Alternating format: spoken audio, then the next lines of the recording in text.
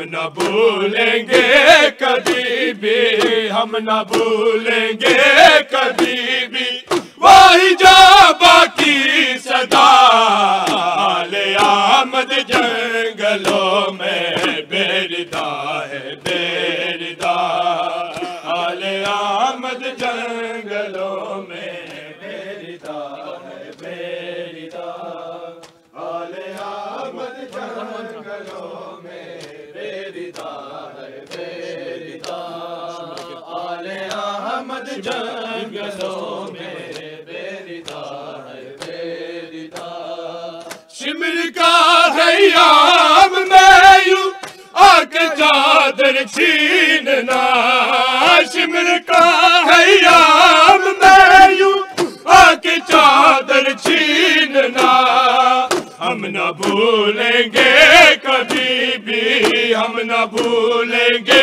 کبھی بھی، وہی جو باقی صدا آل احمد جنگلوں میں بیردا ہے بیردا، آل احمد جنگلوں میں بیردا ہے بیردا، آل احمد جنگلوں میں بیردا ہے بیردا، آل احمد جنگلوں میں بیردا ہے بیردا، آل احمد جنگلوں میں بیردا ہے بیردا، ہے زینب ہے شام، ہے زینب ہے شام، ہے زینب ہے شام، ہے زینب ہے شام، ہے زینب ہے شام، ہے زینب ہے شام، ہے زینب ہے شام، ہے زینب ہے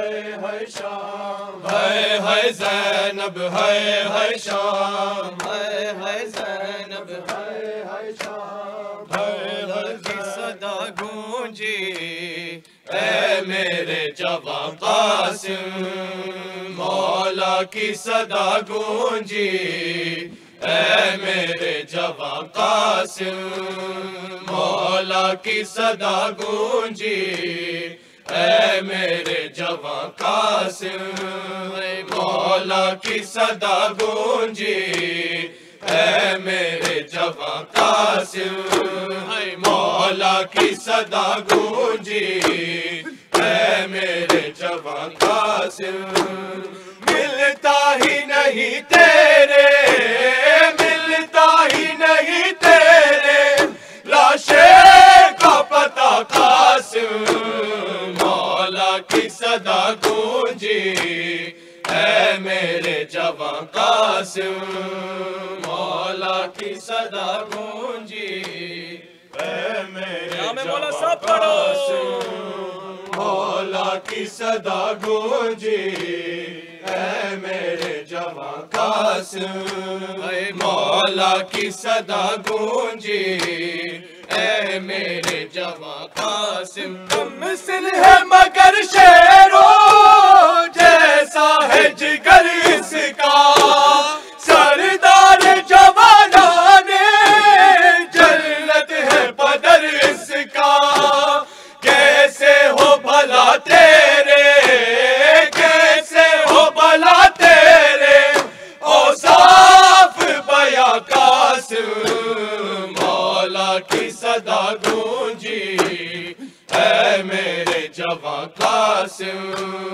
مولا کی صدا گونجی اے میرے جواں قاسم، مولا کی صدا گونجی اے میرے جواں قاسم، ہے مولا کی صدا گونجی اے میرے جواں قاسم، سینے سے لگاتے ہیں روتے ہوئے کہتے ہیں اے لال میرے قاسم، رخصت تمہیں کرتے ہیں، ڈھونڈوں گا بھلا تم کو، ڈھونڈوں گا بھلا تم کو، اب جا کے کہاں قاسم، مولا کی صدا گونجی اے میرے جواں قاسم مولا کی صدا گونجی اے میرے جواں قاسم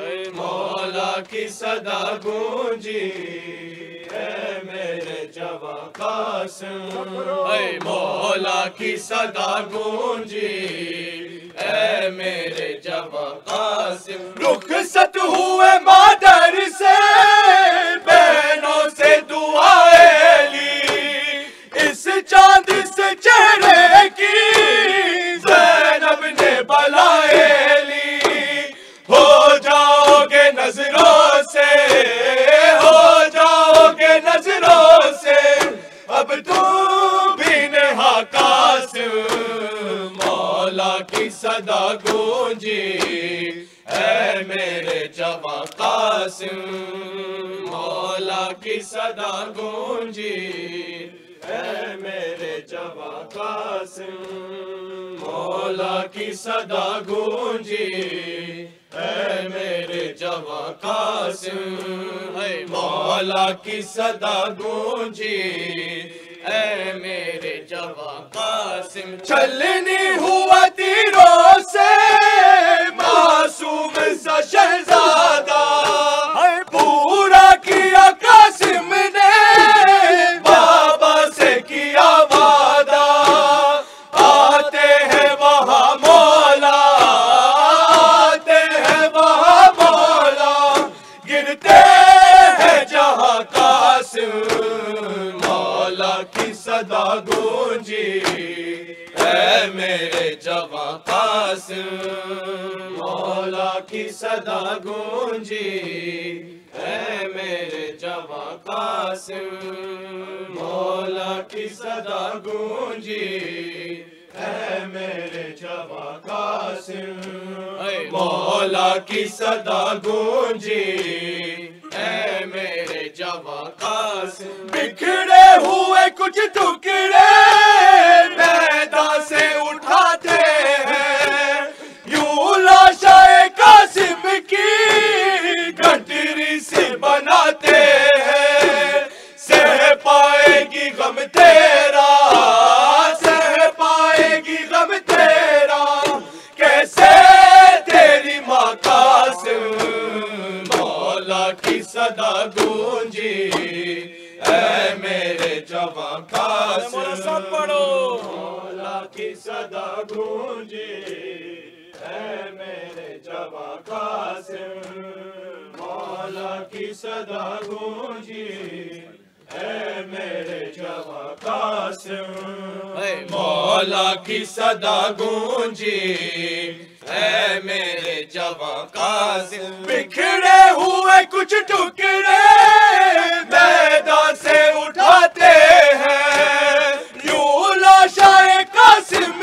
کی گٹری سی بناتے ہیں سہ پائے گی غم تیرا سہ پائے گی غم تیرا کیسے تیری ماں قاسم مولا کی صدا گونجی اے میرے جواں قاسم مولا کی صدا گونجی اے میرے جواں قاسم اے مولا کی صدا گونجی اے میرے جواں قاسم ملتا ہی نہیں تیرے ملتا ہی نہیں تیرے لاشے کا پتہ قاسم مولا کی صدا گونجی اے میرے جواں قاسم مولا کی صدا گونجی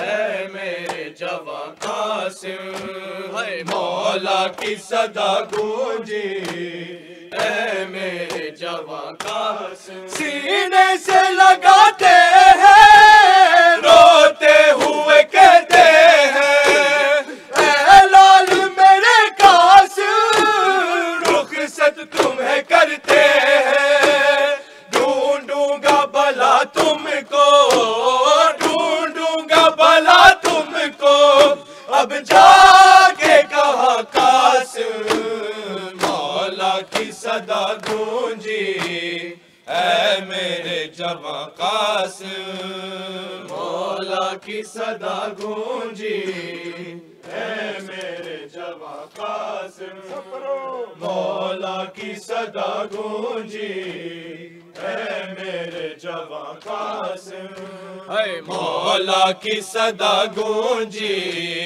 اے میرے جواں قاسم رخصت ہوئے مادر سے بہنوں سے دعائیں لی اس چاند سے چہرے کی زینب نے بلائیں لی ہو جاؤ گے نظروں سے ہو جاؤ گے نظروں سے اب تم بھی نہا قاسم مولا کی صدا گونجی اے میرے جواں قاسم مولا کی صدا گونجی اے میرے جواں قاسم مولا کی صدا گونجی اے میرے جواں قاسم وہ عابد بیمار تھا وہ عابد بیمار تھا وہ عابد بیمار تھا وہ عابد بیمار تھا چلنے سے جو لاچار تھا چلنے سے جو لاچار تھا اور شام کا بازار تھا اور شام کا بازار تھا اور مصطفیٰ کی بیٹیاں ہے زینب ہے شام ہے زینب ہے شام ہے زینب ہے شام ہے زینب ہے شام شبیر کی وہ لاڈلی شبیر کی وہ لاڈلی سینے پہ جو شاک پلی سینے پہ جو شاک پلی جس کی ابا بن میں جلی جس کی ابا بن میں جلی منہ پر تماچوں کے نشان ہے زینب ہے شام ہے زینب ہے شام ہے زینب ہے شام محمد وآل محمد صلوات اللهم صل على محمد وآل محمد زيارة السلام عليك يا رسول الله السلام عليك يا أمير المؤمنين السلام عليك يا فاطمة الزهراء سيدة النساء العالمين السلام عليك يا خديجة الكبرى أم المؤمنين السلام عليك يا حسن المجتبى السلام عليك يا أبا عبد الله الحسين وعلى 9 المعصومين من ذريتك علي بن الحسين ومحمد بن علي وجعفر بن محمد وموسى بن جعفر وعلي بن موسى ومحمد بن علي وعلي بن محمد والحسن بن علي والحجة بن الحسن عجل الله فرجه وسهل الله مخرجه وظهورك والسلام عليكم ورحمة الله وبركاته بسم الله الرحمن الرحيم اللهم كل وليك الحجة ابن الحسن صلواتك عليه وعلى آبائه في هذه الساعة وفي كل ساعة وليا وحافظا وقائدا وناصرا ودليلا وعينا حتى تسكنه أرضك طوعا وتمتعه فيها طويلا